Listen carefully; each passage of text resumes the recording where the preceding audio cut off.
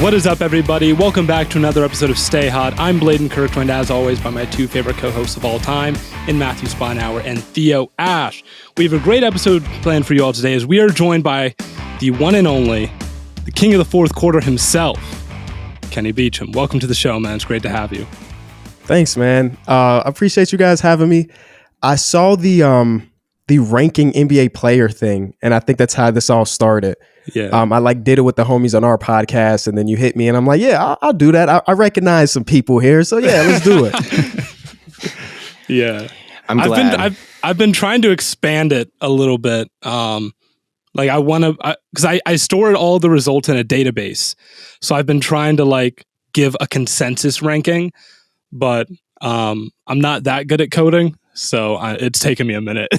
Okay, so yeah, that was going to be my next question. Is it coding? Because I don't know anything about that stuff. That's what's so crazy about it to me, BLAIDEN, that you've just coded. THEO, you had the idea, and then BLAIDEN, you just went yeah, I can make that, and you just coded it and put it out there. I was like, man, I wish I had this idea. I saw it a couple of years ago. NFL.com used to do it. It would be really cool if we could do it. I wish I knew someone who could code all that.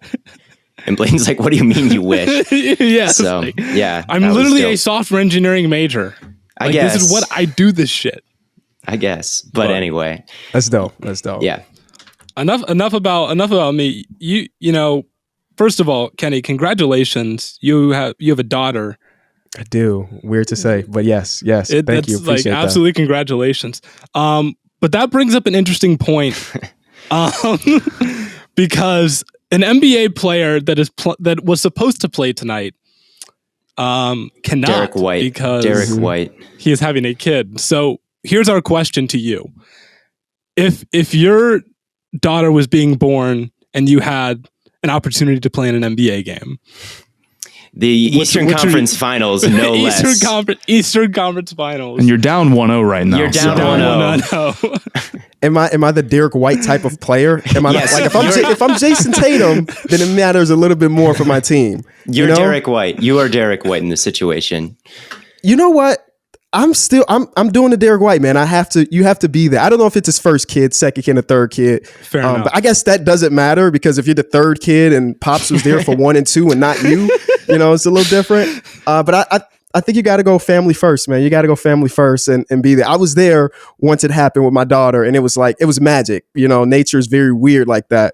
And I would take that over shooting 1 for 7 from 3 in a playoff game. Yeah, definitely. Yeah, you better have the game of your life if you miss the kid. You better not go back. You have to be Kobe. After he's going to have the Fred VanVleet run. So it's okay, he's going to miss this game, but game 3, game 4, game 5, and game 6, those are Celtics wins because he's averaging 30. He's motivated. Yeah, he's got a family. He's motivated, right? He's got an extra mouth to feed. Okay, yeah. That's an interesting perspective. Well, that was the same perspective we had with Desmond Ritter.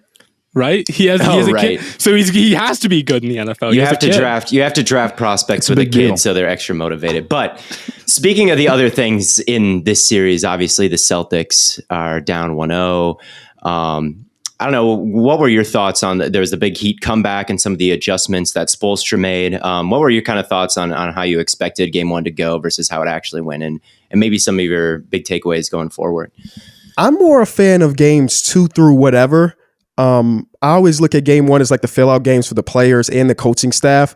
I was not surprised by the Miami Heat thing. Their net rating in third quarters this playoff is astronomically good, one of the best of all time. Maybe I thought that the Boston Celtics would play a little bit better there, but I wasn't too surprised. I'm more excited to see what Ime Udoka does a little bit differently tonight to prevent his team from coming out as slow. I think I got the notification that Al Horford is playing tonight, or is he still? Yes. Yeah, okay, he's playing. I think Smart's playing too, right? There we go. Those are the X factors right now. I've been very annoyed with these games being blowouts. Somebody tweeted at me, the last, I think 10 playoff games were all double-digit games other than one, which is crazy. It certainly feels that way. It really feels that way. Even in the game 7 series, it feels there's no buzzer beaters. There's no drama down the stretch. It's been super. Yeah, I feel round that too. 1 has been carrying the playoffs so far. Yeah. Yeah. At least we got good games. We got a sweep between the Boston Celtics and the Brooklyn Nets, but every one of those games was fun and good. Yeah. I would take that over a 7-game where the average margin of victory is 19 points. That's boring. I would too. I think it's super interesting, like the Heat too. You're talking about like how they're historically good in like the third quarter, and I'm betting they're pretty good in the fourth. And like their whole thing was, who's gonna when the going gets rough in like the second half, you need a bucket. Like who is gonna score for the Heat? I'm like super like Jimmy Butler and what he's done and all of that. That's been crazy. And I guess that's just Heat culture, right? Spoelstra and like just turning it up in the playoffs and just having guys who know how to win, I guess. I don't know what it is. Just a bunch of champions on that team. They're a little bit more by committee than maybe your average championship caliber team, where it might be a little bit more spread about who's going to do it which night. But you still have a guy in like Butler who can drop 40, obviously. So it's not as bad as I think people thought it was going into the playoffs, because there was a lot of like Heat are going to lose in round one or Heat aren't going to get past the 76ers takes that I thought were underestimating the shot creation of Miami. Are you looking at me when you say that, Matt? Well, that was different because you weren't doing that as like a Heat hate thing. You just really love Trae Young, so it's more forgivable. It is forgivable. I just wonder where this like Jimmy Butler came from. Like, why is it so different from the playoffs to the regular season? I wonder if it's just a mentality thing or if it's a luck of the just kind of a small sample size and it could maybe run out and he reverts. I don't know. Do you think he can keep this up through this series in the playoffs, Kenny? Or the finals, think so. Potentially? Draymond Green has a very good quote from one of his podcasts. He says that there's some players that are 82-game players and some players are 16-game players. And Jimmy Butler's one of those 16-game players. His resume might not look crazy because he hasn't had like elite level teams around him, but he's always been a guy that can step it up in the playoffs. If you completely forget about last year, completely forget about that year. You got the year before that. He was stupidly locked in and got swept. The year before that, obviously the bubble run that people kind of dismissed as like the bubble guppy meme that was pretty cool. Yeah. And now he's just showcasing I can still do these things. And I'm excited for him, man. Watched him get drafted 30th overall here in Chicago. Him go from a guy that didn't get no PT to being on Tibbs' good side to getting all the playing time, blossoming into an all-star, and now being a superstar. Like, he's literally a superstar at this point of his career. And, I mean, I guess I can't say that this is going to be the norm for a lot of people, but you see some teams that are going towards the rebuild mode like the Bulls did, and they had a 28-year-old player that was still developing, but they thought he had hit his ceiling and traded him away. And now at the age of 31, I can't even say that this is the best version of Jimmy Butler. We might still be seeing an ascendant. So I'm excited for him. I'm not rooting for anybody in the playoffs specifically, but I like to watch Jimmy, prove some people wrong. Do you think he's Michael Jordan's long lost son? Was that a Korzimba video? It might have. I think it was. I think Korzimba. I can picture the thumbnail in my head. Yeah, shout out to Korzimba, might have been a pioneer of NBA YouTube. Definitely. Well, at the start of the series, I was feeling I was picking the Celtics, and I don't really feel any differently after this game. Not to say that, the Heat didn't look good or anything, but I didn't see anything that totally changed my mind. It's tough to judge the Celtics with no Horford, no Smart. Yeah, and you had also had a particularly bad shooting game from the Celtics. And it's like, how often are you going to get that? We talk about the experience that the Heat have. I feel like the Celtics also have that experience. Jason Tatum has been here before. He's been in the playoffs a number of times. So it's like, I'm not too worried about him having one bad game. Yeah, they need Brown to be a little bit more consistent. I think that's been killing him. And there was maybe a little bit too much Peyton Pritchard in the game, which he's nice. He can come in and hit some shots. Go White I boy, like go. him, but there can be too much Peyton Pritchard. Yeah, I think it was like 30 minutes. That's 15 minutes. Yeah, it's tough. Yeah. And then they just got kind of punched in the mouth in the third quarter because Miami came out and was playing a whole different level of intensity, defense wise. So you kind of got to see how they'll adjust. But speaking of like role player minutes, do you think Gabe Vincent, like he played pretty well? I know Lowry has been missing time for the Heat. Do you think his emergence is going to like affect Kyle Lowry's timetable to return? Maybe they feel a little bit better about him coming back later, or do you just like be like, I'm not putting that much faith in Gabe Vincent? Or what do you think the deal is? I think Gabe has been pretty good, not just for this playoff run, but for the entirety of the season in the minutes that he's been given. They're undefeated when Kyle Lowry doesn't play. So in that case, I'm like, Kyle, take your time, my guy. He came back in the Philly series and he looked like he only had one leg out there. So I'd rather have him just chill until he at least felt like 85, 90%, especially with Gabe playing as well as he did. And Gabe started off that first game kind of slow, and then he hit some big shots, played some great defense. That's why the Miami Heat are so good, right? They got depth. They missing a $30 million contract or $30 million a year contract, and they just brought in an undrafted dude that could come in and play those minutes and do it successfully. So I would chill on Kyle Lowry. I'm more interested in see what Eric Spoelstra does do when he is healthy. Are they going to do the Steph Curry, have him come off the bench for a couple games, or are they just going to put him back in the starting lineup? Yeah. Do you think we'll see any Duncan Robinson like the rest of the playoff run? The way I saw Jason Tatum hunt bad defenders the last couple series, I don't know if I want to see Duncan on the floor, honestly. Yeah. I feel like with Duncan, if you're struggling without the spacing, you got to put him in there. But if you're getting by without his spacing, it's hard to put him in there just for the sake of something you don't really need that much. And I think with the Lowry stuff, them being up in the series right now is probably going to help him sit more than maybe Gabe Vincent playing well. Because if they were a threat to go down 0-2 right now, back-to-back home losses, that'd be a little bit different than worst case scenario, you're going to Boston 1-1. Right. Anyone have anything more to say about this series in particular? I don't. No, other than every once in a while, I just forget that Tyler Hero is like good at basketball. He's not just a Jack Harlow song. Yeah, like no, like he felt like a meme for like 2 years, and then every once in a while he drops 18. You're like, oh wait, that he can actually kind of ball. He has had a tough like media narrative path here. He balled out in the bubble, and he got too much hype, and it's not his fault. And then he kind of had a down year at the wrong time and got some, like, he was the king of maybe the bubble guppy movement. Yeah. Oh, yeah. Did they turn down a trade for James Harden because of him? And the Harden thing, there was a lot going against him for a while. But that he's may not have been the worst move. Good for them, right? Yeah, that may not have been the most crazy thing by the Heat, the way Harden's looked and the way Heroes looked. But I digress. Seems like Riley doesn't miss at all. He does not. Except for the one time he offered like, that was Pat Riley? Someone offered like 4 first-round picks to the Hornets to move up to get Justice Winslow. Was that Pat Riley? It must have been. It might have been. I don't know. I just remember they said no to it, and then they took Frank Kaminsky or something, which worked out well for all parties. Frank Kaminsky, that's it. These ladies are having a mid-off, but yeah. Shout out Pat Riley. And then I think moving into the other series, obviously game 1 was last night, and it was just a complete Warriors masterclass.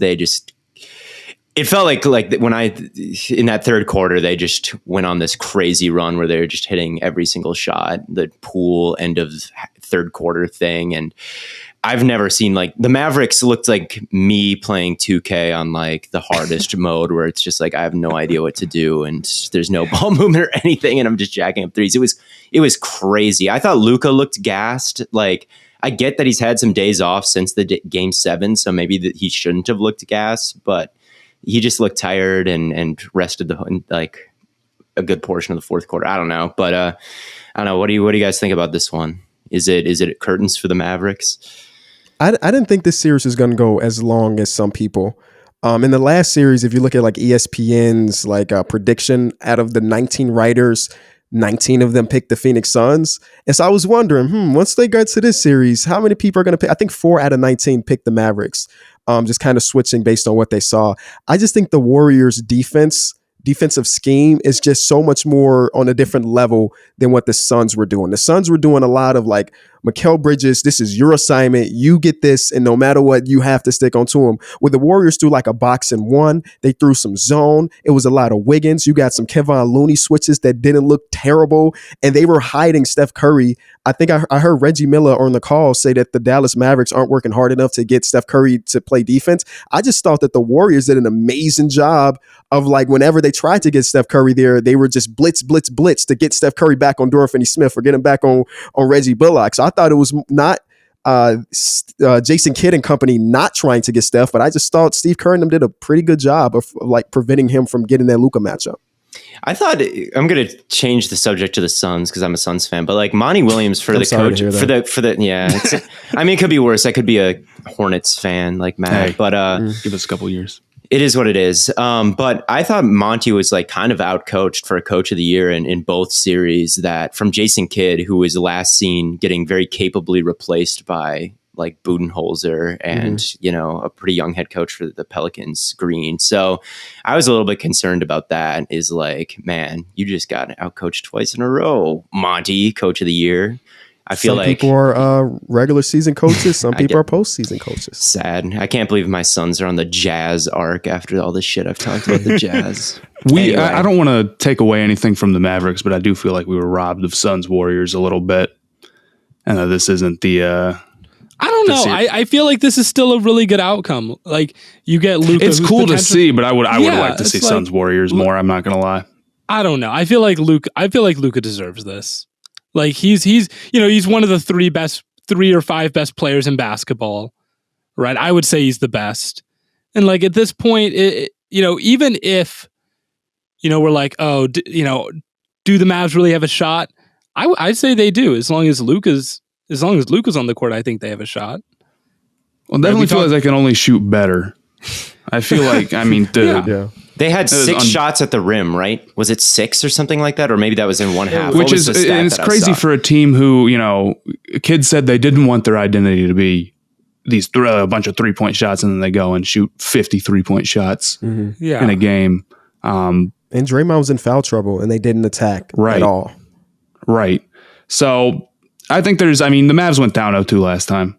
So you don't want to overreact to anything, but Warriors defense is not the Suns defense for sure. It's not. And they're not playing their game right now, the Mavericks. Yeah. I mean, you're dealing with a completely different style of team. Just like like when you have Curry, it's a totally, you have to play defense totally differently. When you have Clay, you have to play defense totally differently. So it's like, yeah, it might be a little bit of a struggle. And, Theo, like you were mentioning, Luka looked gassed. He did look a little gassed. I thought Looney was also ball. He was like my guy where I was like, oh my God, look at him. Like his passing was like spectacular in that game. And like if the Warriors can get a net positive big on the floor like that, I mean, obviously he had that crazy rebound game a couple days ago. And if he's going to pass like that, I mean, it's tough to see any of the teams left in the playoffs beating the Warriors if like Looney is going to kind of blossom and play like that. Yeah. So I don't know. We also have to hope for Jalen Brunson. That was the other thing, was like the one thing that was like helping the Mavericks is like, even if Luka was dropping 40, if Brunson couldn't get his 20 or 25, it didn't matter. So you're going to have to also get a Jalen Brunson game. Yeah. I think they'll turn it around. I think that they're going to get some games off the Warriors just because like their points in the paint discrepancy was just so bonkers in game 1. I just don't think that's ever going to happen again. And I don't think that blowout is going to happen again. Like it might be a Warriors win, but I just think that game it just seemed like it seemed a little bit like the Suns game 7 for the Sun, like the Mavericks equivalent to the Suns game 7, where they beat the big bad, or they got to like past that and then they just came out unprepared. I don't know what it was, but well, there was that Looney like deep 2. Maybe it wasn't Looney who shot it, but I think he had like a long mid range at some point. And when he hit that, I'm like, damn, I think the Mavericks are going to win this one. His high school mixtape had him compared to Kevin Durant, if you didn't know. So, I mean, it's looking like it. Mixtape, man. Yeah. Yeah. Kenny, what do you think is going to be what would be the most interesting finals matchup? Right. I think it would be like Mavericks Celtics. I think that would be the most fun. I think that would be most fun because from game to game, it's going to be Luka versus Tatum on Twitter. Because first half of last game, Tatum was the greatest player of all time, according to Twitter. And then the second half came around, he had 2 points and 6 turnovers. And now Jimmy Butler is the greatest player of all time. So that would be cool. But I really love watching the Warriors. So more Warriors ball, especially if we're getting a version similar to last night, where like third quarter Warriors last night was insane. The way Steph Curry was used on decoys, there's one specific play that's in my mind where Steph Curry's used a decoy going to the corner, Klay Thompson cut back door, and like you mentioned, Kevon Looney with a nice little slip pass, and it was a layup for Klay Thompson. Like that's like prime basketball, Spursian, movement. I love that. I'll take that over isolation ball any day. So I would love to see them back in the finals. And you know what? I'll take the team that'll punch them in the mouth. Miami. Those were my picks to win the series, but I think it'll be interesting to see that great defense, great offense match up against each other. I'd agree. Spoelstra versus Kerr, I think, is more interesting than Kidd versus like the Celtics coach, whose name is slipping my mind right now. But shout out to Ime. Yes. But I agree with you. It was also my pre-playoffs finals pick, so I got to look smart, and I'm rooting very hard for that to happen. I feel that. But yeah, I think like looking maybe ahead to the off season a little bit past these things, because 26 of the 30 teams, that's probably what they care about even more. So like I'm looking at Ayton as a Suns fan in the post-game comments that basically everybody on the Suns made. It sounds like he didn't want to go back in the game, and Monty got pissed at him, and Booker was like, I hope he has his head on right, both on and off the court. And the fact they weren't willing to give him a max extension before this, and like what's changed to now. Do you think he'll leave, and do you think he'll get a max somewhere, or do you think it'll be more in like Terry Rozier money? I think he's going to get a max offer sheet from someone. I don't see a world where he doesn't. When you look at the teams that do have cap money or have the capability to create cap space, like Detroit, they probably don't believe Isaiah Stewart is their center of the future. And they got Cade Cunningham. They got a top, I think, what they have number 5 this year, number 6 pick this year. 5. And Deandre Ayton being 23 years old. I mean, Cade Cunningham with a guy like Deandre Ayton will improve Cade Cunningham's productivity. So with them having all the money that they have, when you got the Trailblazers who can make space for a center, and Damian Lillard's already liking tweets about DeAndre Ayton coming to Portland, I think the idea of him not getting the max offer sheet is unrealistic. I just don't know what Sarver would do, because he has been cheap for majority of his time as the owner over there. But if you are the Suns, what other option do you have but to match that contract? I have no idea. I really think they're not going to end up matching. I think the team is going to get super, super expensive, because the other thing is that Devin Booker, his All-NBA, he's going to be All-NBA, and that I think that his contract is just the rookie max, and that'll make it even more money. They're paying Chris Paul big money. They're definitely like disappointed in what Ayton did. I just think that if it was... I think it's a guarantee he gets a max offer. I don't even think it's a debate, right? Some small market team who can't typically attract free agents is going to take that risk, and it's not a bad risk to take. So if the Suns knew that, I don't know why they would wait and go through all this drama all year and like the potential holdout and all that just to match a max offer. It's not like maybe more like a Miles Bridges, where maybe you could see a world where he goes to free agency and he doesn't get the max offer, so you wait a little bit. I think the money really does start adding up, because they got to pay Cam Johnson here soon too. So I wonder if they think he's replaceable and he's going to end up walking. Well, we saw in the sample size that we get, Chris Paul can make a center that hadn't played basketball in a year look pretty damn good. Right. And now conversations are now revolving around with DeAndre Ayton and his disappointment. Unless you have one of the top 3 to 4 centers in all of basketball, is it even worth paying a center, especially if you have a guy like Chris Paul who has his own shortcomings, as we've seen. I think what might be more realistic is a sign and trade, so you don't walk out with anything. Walk out with nothing. And that's what I'm praying for with the Chicago Bulls, with Zach LaVine. If he decides he want to go somewhere, just get us something. It don't even have to be anything great, but just anything in return is better than nothing. Yeah, and I wonder, like the Jalen Smith trade kind of seems like a misstep now, right? Like, well, you got Torrey Craig, cool, but now like I get you maybe thought like some depth at the wing position mattered more because you were contending this year and with Ayton and with JaVale, and maybe you thought, I'm just talking, but like you had Kaminsky and Saric there, like who were hurt, but maybe could come back, that you didn't need a big. But now it's like, man, if Jalen Smith was showing some positive signs this year, you'd feel a lot better. You may be letting Ayton walk if you had a lottery pick center like in your fold, but now they don't. It's just, and then like the Suns not playing Aaron Holiday, who they also got in that trade down the stretch. Like Campaign was just playing terrible in the playoffs, and you didn't see any Aaron Holiday. Again, coaching and GM mistakes that I feel like are going to come back to bite them for sure. But yeah, I agree. I don't think he's getting the max. And I think like, again, the human aspect of things comes into play here a little bit too, where it's like, do they trust Ayton the person? Do they trust Ayton the like personality? If he said, if he's benched and he's benched for internal reasons that Monty was talking about, it's like, same as any job. If you're a boss and there's a coworker slacking, you're probably not going to give him the promotion, right? So if they feel like he's been doing that, I just like, even from, you can look at the box score, you can look at what he does on the court and all that, but like, do they trust him as a person? I think that's up for question as well. But it's very interesting. That's the other thing. That's the other thing I've been thinking about, like the human aspect of like, would Ayton even want to come back? That's my, like, I know Theo, we've talked about this a little bit before. You think he would if the money was right? But if the Suns aren't willing to pay him a max, right? I think if he were to get two offers that were similar and neither were a max, he's leaving. Or you were to get two max. I don't know. I don't know if he would leave, but I just don't know I wonder if like the trust is fractured for both parties there. That's just all I wonder. Yeah. Do you think there's any pressure from ownership to bring him back specifically because they passed on like Luka Doncic to draft him? Yeah, I mean, that makes sense when you talk about the politics of everything. Luka just sent you home and now you're cutting your center. And the Mavericks are if you do cut bait with him, Mavericks make a lot of sense as a team to sign him. He could join a Western Conference contender like that. So yeah, I do think that there's probably some like, hey guys, well, we look like idiots.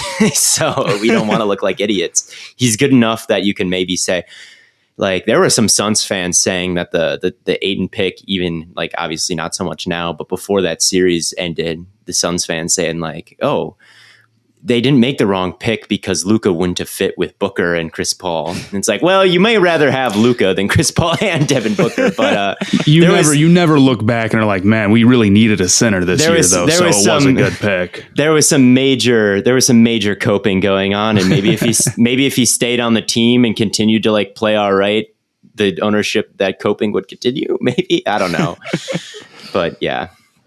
I don't know. I do think there's pressure, though. I think a sign and trade with him is pretty likely, because if you're Ayton, you don't want to be limited to just Portland or Detroit or like OKC or the few rebuilding teams that actually have the money outright.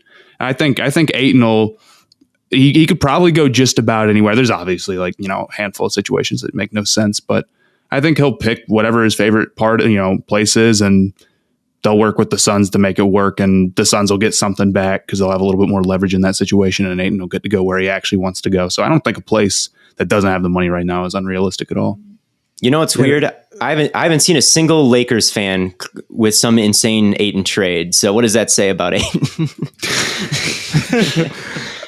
I don't think there's a single trade that would make it work. I mean, unless you were thinking because Ayton for Russ doesn't work, even if you give him the max, because the money's too much. And then your only other options are LeBron and Anthony Davis, and they have no other way to make the money match. Yeah, LeBron will take him.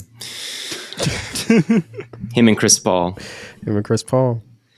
And then I guess, Kenny, what were your thoughts on maybe the lottery, which happened the other day? I think it's so funny how like dressed up and serious everybody takes the lottery and how it's this whole event. But like Magic, what do you think? Like, who do you think, like, if you're going to mock the top 5 picks or something like that, what are you feeling about that right now? I've watched 20 minutes of college basketball over the past couple of years. Outside of the tournament, obviously, of the tournament, but like regular season college basketball. So I'm the not the guy to ask these things.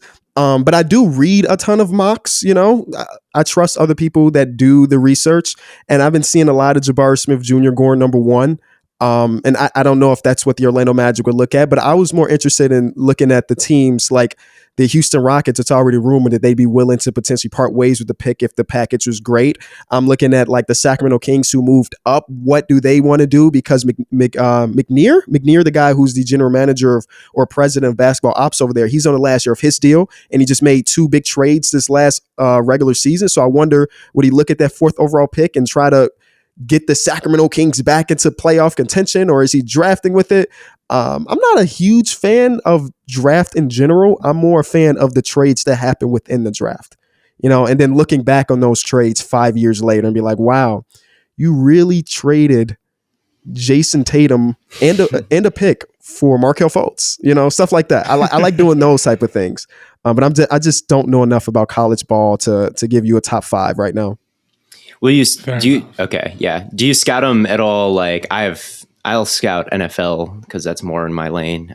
Matt, you scout some NBA. You scouted some NBA. Yeah, I usually do it once the season's over. I haven't looked at it a ton, but I had no idea that the Rockets were thinking about trading the pick. I don't agree with that. I think because from what I know, at least I haven't watched a ton of it, so maybe I'm off base. But top 3 guys are kind of in their own tier, almost like how it was in 2020 with LaMelo, Wiseman, and Anthony Edwards. And that year, I felt really relieved that the Hornets got the 3rd pick. And it's like, great, you don't even have a decision to make. You just sit where you are at 3 and you take whoever falls. I think the Rockets, any one of those 3 guys can easily be on that team, and whatever package you get for the 3rd pick is probably not better than just taking like a young guy who has super high potential. If you're a rebuilding team like the Rockets, it doesn't make any sense to me. Although unless if Chet were to somehow fall to 3, the Hornets have extra assets. Right. Unless you have a guy at that's mocked at 7 that you absolutely love, and now you can trade down to 7 and get other things.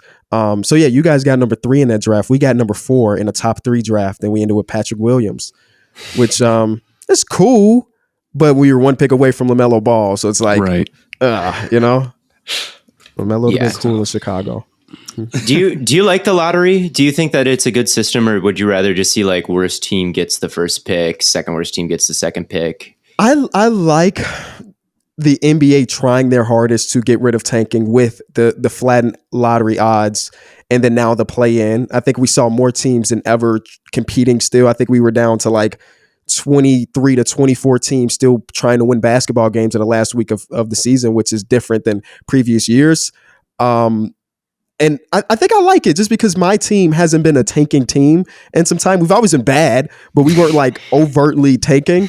And then some years you move up just from being who you are. So I'm okay with the 14% odds for top 3 teams or bottom 3 teams. I think that works well. I agree. I think it's hard to imagine how bad the tanking would get. If you just said, yeah, worst team gets the 1st pick, and you know how valuable the 1st pick, like, because you have Wembanyama coming in next year, and that guy's getting an insane amount of how would people have tanked for Zion, right? With the hype he got. So I think you kind of have to do it. Yeah. I think baseball just recently got away from the worst team gets 1st pick thing. Because they were seeing some tanking in the sport with 160 something games, It's just like, I think, the problem isn't that, you have the worst team getting the 1st pick. The problem is that you have a billion games. It's like, that's, you don't see NFL teams tanking because they play 17 games and, I coaches and players are on like a 2 to 3 year timeline of like, either be good or you're cooked. I also think the reason that you don't see it as much in the NFL is there's no farm league in the NFL, and you can't be like, oh, we're going to bring some guys up from our, affiliate team and see what they've got. Whereas in the NBA, you can be like, oh yeah, we'll see about this star from the G League, or in MLB, you'll be like, oh yeah, we got some guys balling in AAA. Let's see what they can do. So you kind of get both. I mean, in the NFL, you've got backups, but it's not quite the same thing. But yeah, anyway, I just am always curious about the lottery and what people think of it, because it's just kind of an interesting concept to me. I got invited to the lottery once upon a time. Did you go? And arrived 3 minutes late, and they had the doors locked. Wow! So we couldn't get in. Dude. Yeah, it was like a college final. It's like you can knock on the door, but we're not opening it for you. So that is cruel. Missed opportunity. We didn't get invited the year after that, by the way. You think the lottery's rigged? From everything I've heard, it's not. I don't think because it they is have either. real people that I know that watch those ping pong balls and watch everything. I wish it was.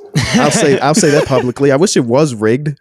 I just think it would make for better timeline. Like the one that seemed the most rigged in recent history is probably the Zion one, right? The Anthony Davis was asking out, and this is the first year of the flattened odds, and we want to show people that if you have a 3% chance of getting the first pick, you can get the first pick. And now they got a generational player. So that felt like it could be, but like all these other ones, like the Knicks have been in the lottery quite a bit. And if it was rigged, they'd have their first pick a couple more times. I believe it was rigged for Ewing. I believe they knocked that makes a lot of sense then. Yeah. I believe they knocked that card around to like, maybe not 100% rig it, but like boost the odds of Ewing. And that could have saved basketball. That right there saved basketball in New York. So shout out to them for rigging it. Maybe that's the hot take. Not that the NBA rigs the lottery, but that maybe sometimes it's better if they do. Definitely. Someone's got to have the script somewhere. Like we know there's an NFL script, right? Right. There has to be an MLB script, right? It's the same shit every year. It's not true. It's the same boring game every year. Whoa, I'm pushing back on that. I've been a baseball fan for 2 years now, and it's been super fun. I saw you through the first pitch. Yeah. At a White-Sox game. But I am a bona fide baseball hater. Blaiden's not even a baseball hater. He just doesn't know anything about the sport. We were quizzing him last episode and we were like, can you name someone on the Dodgers? And he couldn't do it. And we were like, what is it called when someone passes home plate and they score a point? And he's like, I don't know. Oh. So you've never been to a pro game? I've been to, what is it? I've never been to. You've been to a AAA game. We went to a Clippers game. We can go to a Reds game. You should. It's not going to be good, but no, don't go to. No, do not take this man to a Reds game. Take him literally anywhere Tuesday, else. The tickets are $1 on Tuesday. They cost nothing. And the best part is you can get the highest possible like ticket as far away from home plate, and you can move down by the third. So it's as long as you don't care about it being like high level baseball from the team you're rooting for, it's a good deal. Yeah. How was throwing out the first pitch? Did you practice before throwing it, or did you just go in cold? I sure did. I could not have pulled a 50 Cent or Conor McGregor, so I had to go out there and practice a little bit. But they say that it's like 60 and a half feet or something like that. So I was in the front yard trying to like measure 60 feet, and I was like 3 doors down, and I was like, whoa, this is a lot further than I anticipated. And then I get on the field, and it doesn't feel like 60 feet, you know? And then they told me, because I had the mascot catching it, don't throw it fast because he can't see. He's in a mascot suit. But I threw it anyway, and they weren't very happy about it. But I mean, how many times do you get the opportunity to do it? Another event you'll never be invited back to. Right. This dude just be ruining his connections. That was in the mask. What is the White Sox mascot? What could that be? He's just a creature. Yeah, all the baseball ones are just like he's a goblins or whatever. His name is Southpaw, but he catches with his right hand. So I was like, I don't understand it. But it's just a thing. I don't know. That's tough. Yeah. What do you want the Bulls to do this offseason? Because they're kind of in a tough spot where there's no clear path to getting better, but they're pretty good and they've kind of committed to going all in. Yeah. I was hoping we didn't get to talk about the Bulls with all the rumors that are going around, but I guess we'll do it. I just really want Zach Lavine back in Chicago.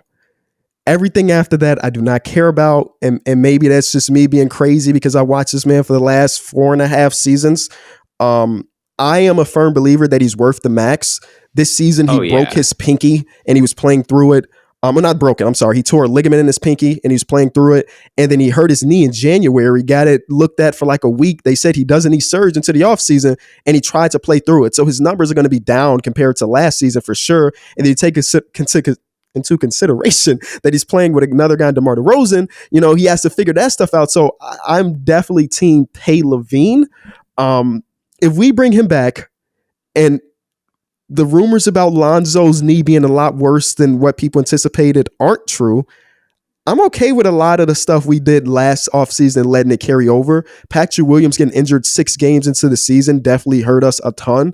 And I don't even mean for us to be a contender this previous season, but just in his personal growth. And I think a lot of our future relies on what Patrick Williams can become, which is scary to say. But I just think it's the truth. I want Vucevic gone. But that's a whole nother story because I don't know where you send him and for what.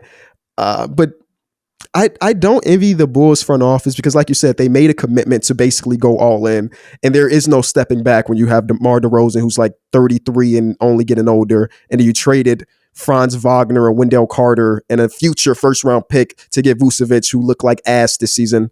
I'll be there opening day, though. Home opener, I'll be there regardless of what the roster looks like. But I have no idea what I would do if I was in the position. I think it's impossible to imagine Lavine getting any less than the max. I don't even think it's a debate about whether or not he's getting it. I feel like people underestimate the odds of players getting the max contract pretty much all the time, And there's not a single big contract that's going to be signed this offseason that people aren't saying is an overpay on Twitter. That's just kind of the nature of it. But I don't even know. I haven't really looked into the other teams considering them outside of like really bad Lakers trades. Yeah. But I think with Chicago, that's almost the sign and trade deals are almost so bad from there that you would rather just say no and not let them do that than take back bad contracts to let them go to LA. Based on what he wants to do at this point. He's not restricted. He's unrestricted for the first time in his career. And he's always been a West Coast guy. He got drafted to Minnesota. And I think he said fuck when they said his name. Like he was not looking forward to that cold. And then he gets traded here in Chicago, and we just got 80 degrees like 4 days ago. So he's a West Coast guy with heavy LA connects. And teams are going to want him. We've learned in the last 5 years that cap space doesn't matter. If you have a player that's good enough that can say, I want to go here, that team would do whatever in their power to make it a possibility. If he wanted to be a Laker, they'd figure out a way to get rid of Russell Westbrook's contract so he can be a Laker this season or whatever the team may be. So I'm just hoping that he valued his 4.5 years here and saw that the fans were still there when we were winning 22 games and be like, hey, I can run it back with this roster because there's some form of delusion within that locker room where they all believe that they can be contenders next season. So if they could keep that delusion up, then he can probably come back. What team, just as kind of a pivot, but like what team do you think that didn't make the playoffs this year are you most excited about next year and think maybe can make a run? There's a right answer, by the way. There's a right. Okay. Yeah. I don't know anything about anyone's here's background. So, I know I'm a Cleveland fan. Oh, that doesn't count though. You were a playoff team in my eyes. You just got injured at the end, Yeah. That would be a cop out and cheating. Yes. Yeah. Don't answer Cleveland. The Hornets, however, wouldn't be. You know what? I said in my video a month ago that I was really excited about the Orlando Magic. And now that they have the first overall pick on top of it, I'm superly excited. But I think my number 2 would be Detroit basketball because in the second half of the season, they were in so many games with really good teams. And they decided, let's rest Cade for the last 2 minutes of this game, just in case. And I know their fans aren't probably happy about them, not getting the top lottery pick. But when you have Cade Cunningham, anything is possible, bro. I'm a huge Cade believer. They already have the guy. Good. Yeah, he's so very good. Now you just need to get the people around him. And if Saddiq Bey can put up 150-point game once a season, I'll tune into that. I was watching the lottery and I realized that there was a world where Detroit got the number 1 pick and then had a max slot and could go get a guy like Ayton. Mm-hmm. I know they don't have the number 1 anymore, but their general manager is Troy Weaver, and I feel like he does a very good job with drafting because obviously he got Bey and Isaiah Stewart very late. So I think they'll be fine regardless. Yeah. Definitely. I like a lot of the stuff that they've done over there. I can't say missed, but the Killian Hayes draft pick was still a bit iffy. But his other ones definitely hits. It's on not turning out the way you want it to watch, I'm afraid. You got the first half of next year, and then it's usually in the NBA, guys are good pretty quickly, maybe more so than people expect. But they have, when you have a general manager who drafts well, that's half the battle. That's half of being a good team, really. Pretty much every team that's won a championship has just done it through drafting well or getting LeBron in free agency. And I don't think Detroit's going to get that. So No. Wait, you don't think LeBron wants to go play in Detroit? Well, you never know with the Bronny stuff. You never know with the Bronny stuff. Wherever Bronny goes, like we already know, King James is a package deal. He's getting drafted people are top gonna be 5 regardless of how good he is. He can be a projected second round pick. We can get 1 year of Bron, even if he's 40. I'll take that odds. I'll draft Bronny. Because you're getting LeBron. I want to live in that world. So that is my number one thing I'm rooting for. Is like why I want to see LeBron still be good. Is not because I'm like concerned about his GOAT case or concerned about anything like about his legacy at this point. I want LeBron to stay good just so we get the drama of drafting Bronny gets you a year of good LeBron. That is the only thing I'm rooting for when it comes to the Lakers. I want to see young LeBron throw lobs to old LeBron. Like, come on, who doesn't want that? Am I menace for saying the exact opposite? Like, what if Bron at age 40 is just not even worth drafting Bronny? Like, what if LeBron falls off that much? Or Bronny's great, but LeBron, they don't let LeBron on the team because he's just not good enough. That would be the James family going out so sad, man. That'd be the worst. It's like that would be so sad for like all the hype for like years and years and years that LeBron James Jr. has got, only for them both to be washed at the same time. It's how many years away are we from this like being a possibility? 2? I think it's next year, isn't it? He just went to senior prom, so a year? 2? Yeah, I think it might be. I'm looking it up because I know LeBron got his personal contract because of that. Like it ends exactly. I know he's when expiring. Gonna be I know there. this is his last season. Yeah. So if that's the case, then yeah.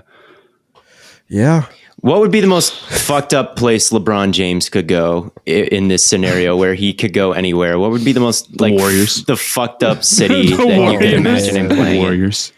Honestly, like 2024 is what I'm seeing. By the way, 2024. Okay.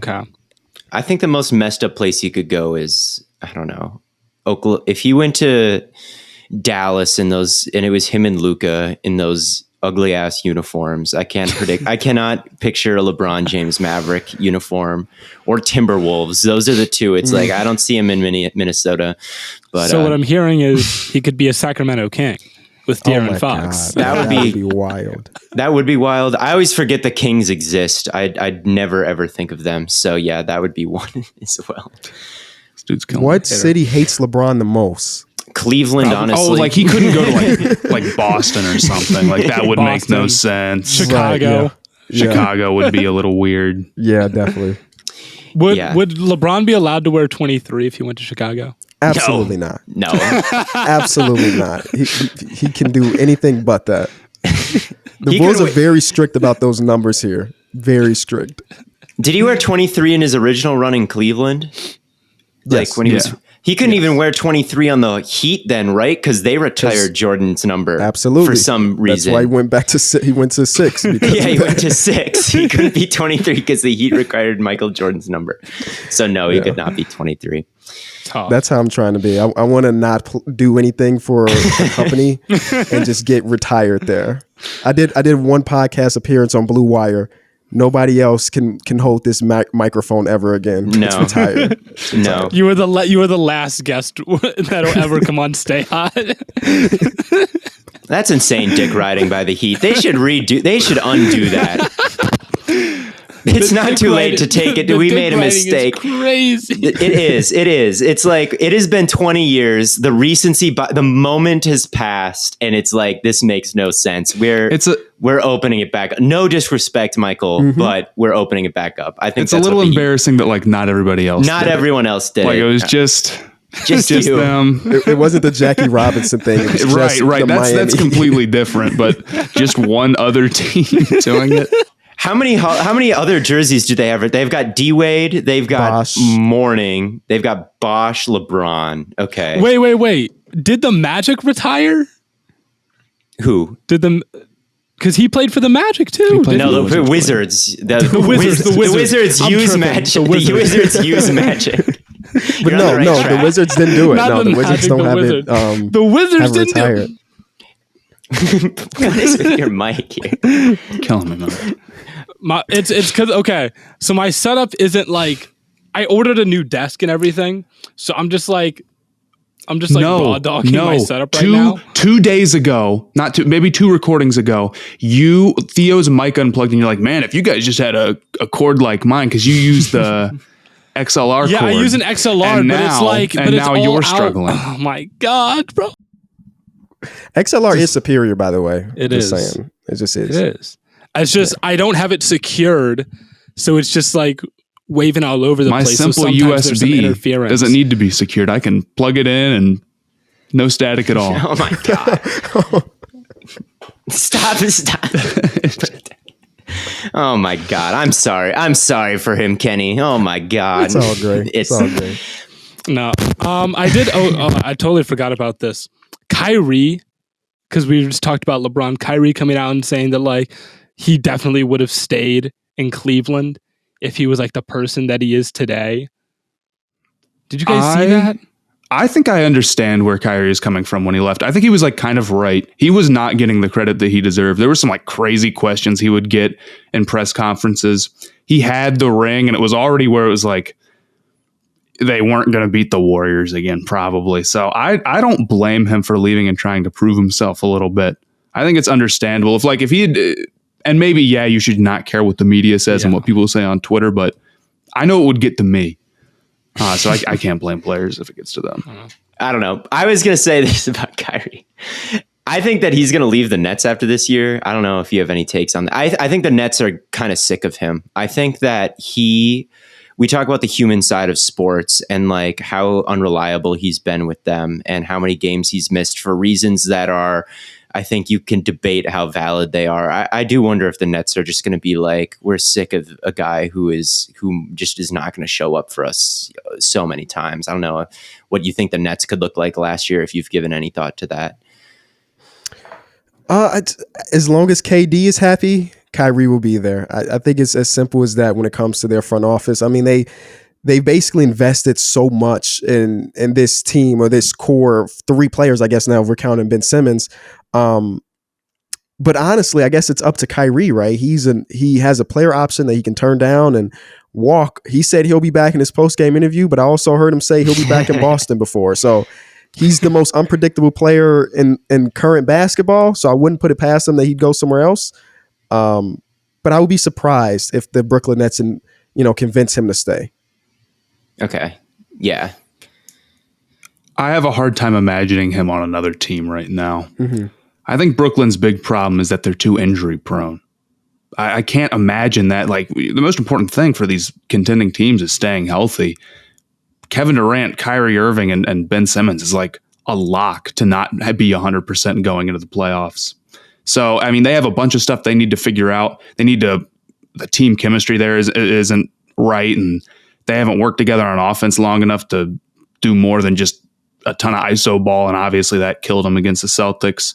So it's like all those guys are injury prone. You want to load manage, but you also need them to play regular season games together so you can actually get some, continuity between them. Because you saw the same thing happen with Boston. I think it's pretty comparable. So they're in a tough spot.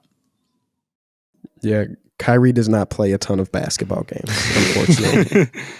He has not been himself in about half a decade. And it's tough to say that, but the injuries and I don't think he's played 70 games once in the last 5 years. And he really hasn't had a Kyrie level playoff run in the last 5 years either. Mm-hmm.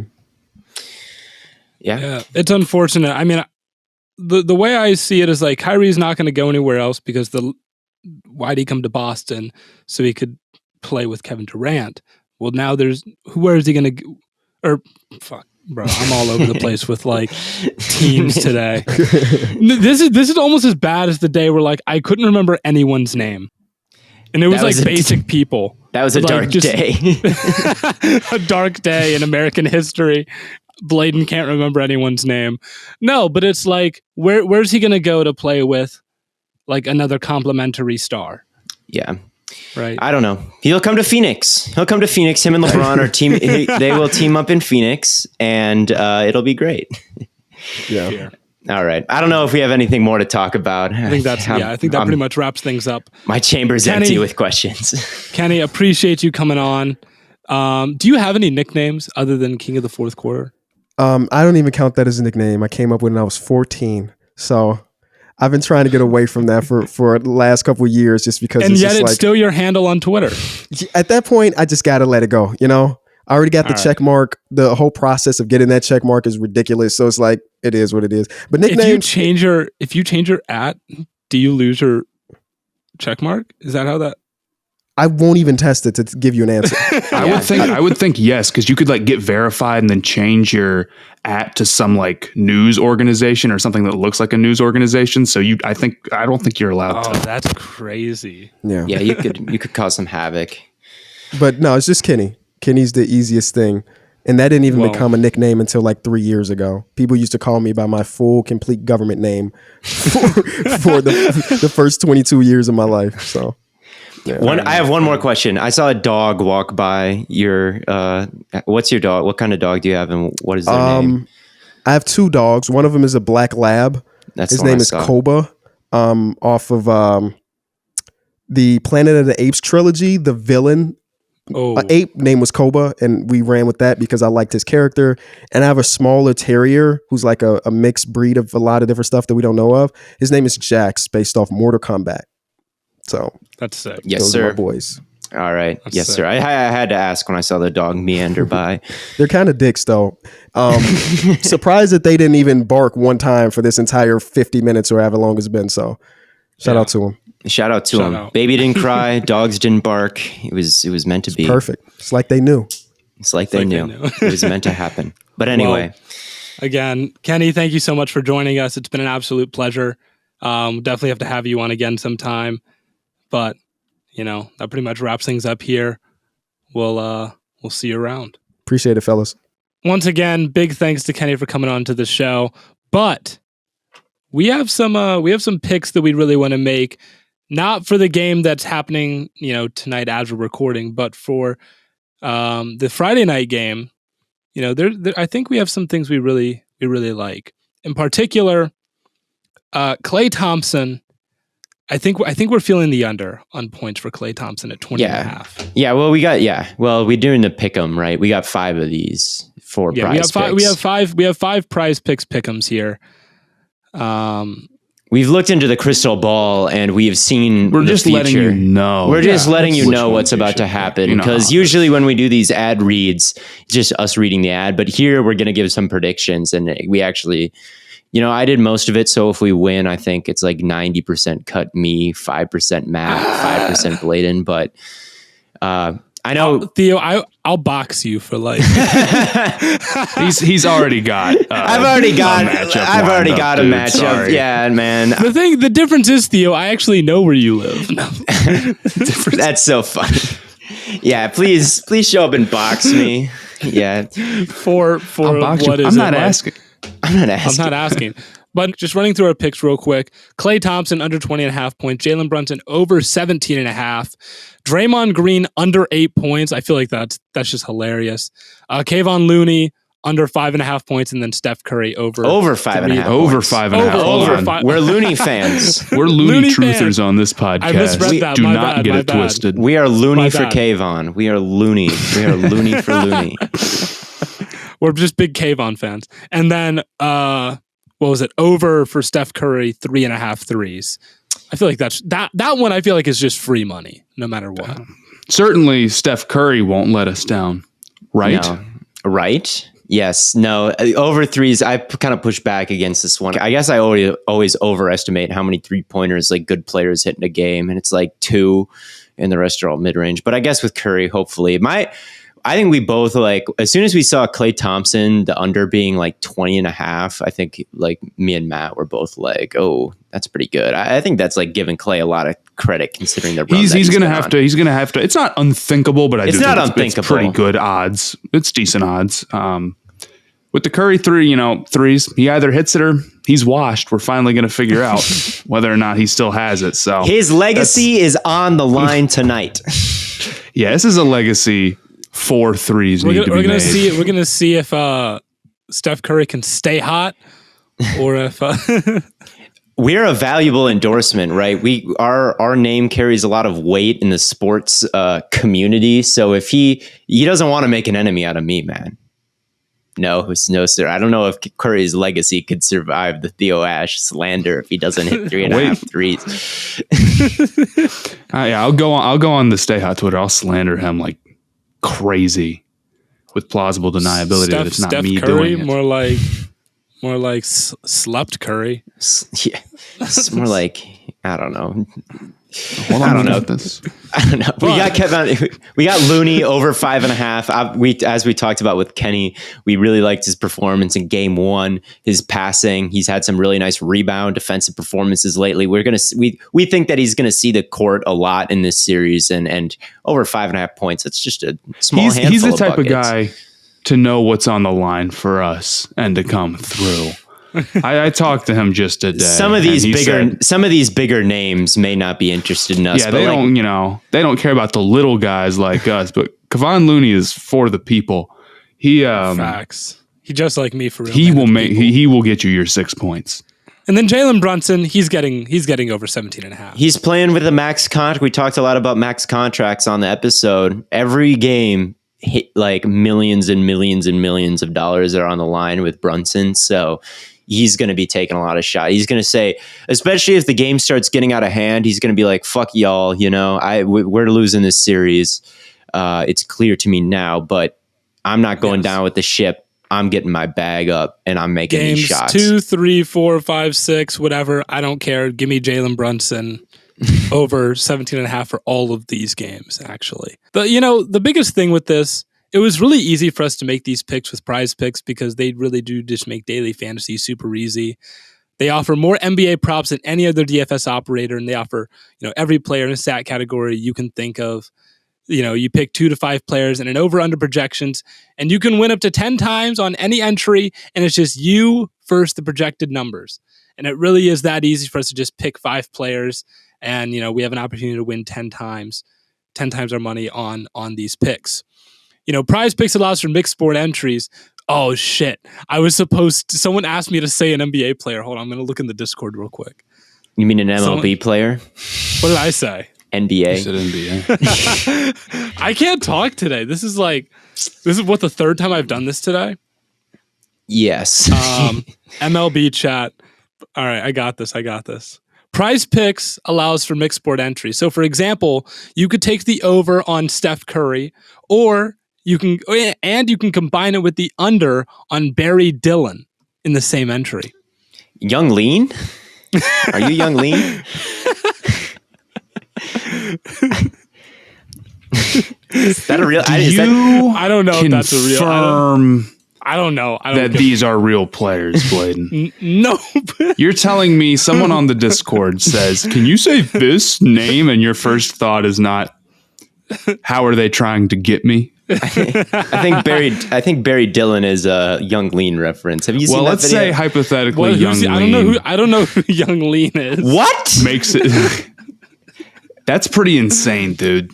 You don't know. You're on thin ice. You don't know Otani. You don't know Shahani this is Otani. Back-to-back episodes. You don't know Young Lean. Agony.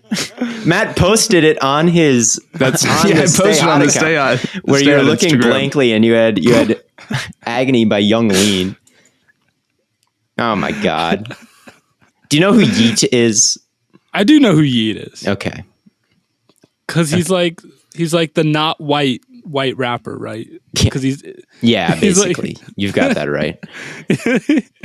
But users that deposit and use our promo code will receive a 100% instant deposit match up to $100. Just be sure to use the promo code STAYHOT. So don't hesitate to check out PrizePicks.com. Use the promo code STAYHOT, or go to your app store, download the PrizePicks apps today, because PrizePicks is where they make daily fantasy easy. Again, make sure to use the code STAYHOT. I'm just getting slandered for not knowing random things. Young Lean. These aren't. Yeah, this is not a random thing. He's got 5 million monthly listeners, man. And I'm not one of them. His most popular song has 160 million listens. And I haven't heard it. You may, I don't know. Yeah, our producers just typed in the chat. I don't think Barry Dillon is a player. No, Barry Dillon. Barry Dillon is. You guys know what video that Matt? Do you know what video I'm talking? Young Lean? Are you Young Lean? I'm Barry Dillon. Yes. Yes. That's so funny. I love that video. Someone send that video to me. I will. You're not. Yes. Can you name it? Do we have a backup player? Is there anyone else who comes to mind? Oh, I don't know anyone else. You think I'm running out of names even for me. Who's someone on who's the pitcher for the Mets? That one guy who's really good. How about Evan White? Evan White? Yes. All right, you can take the over on Steph Curry or the under on Evan White. Jacob DeGrom. I know Jacob DeGrom. I know who that is. Yeah, hey, there we go.